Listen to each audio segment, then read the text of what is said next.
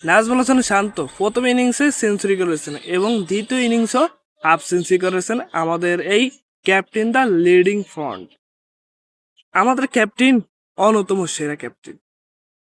তিনি 5টি টেস্ট ম্যাচের ভিতরে 3টি সেঞ্চুরি করেছেন এবং শুভমান গিলের পরের স্থানে আছেন আমাদের এশিয়ার ব্যাটার এবং আমাদের কাপ্তান নাজমুল হাসান শান্ত। শুভমান গিল 14 ইনিংস খেলে 5টি সেঞ্চুরি করেছেন, আর আমাদের এই নাজমুল হাসান শান্ত 5 ইনিংস খেলে 3টি সেঞ্চুরি করেছেন। আমাদের ক্যাপ্টেন দ্য লিডিং ফ্রন্ট, দুর্দান্ত খেলে। এরকমই তো টেস্টে আমাদের ক্যাপ্টেন দরকার, যিনি পারফর্ম করবেন এবং দলের নেতৃত্ব দেবেন। এরকমই তো আমরা খুঁজছি এতদিন ধরে একটা টেস্ট ক্যাপ্টেন। কিন্তু সে অন্য ফরম্যাটে কোনো পারদর্শী নয়।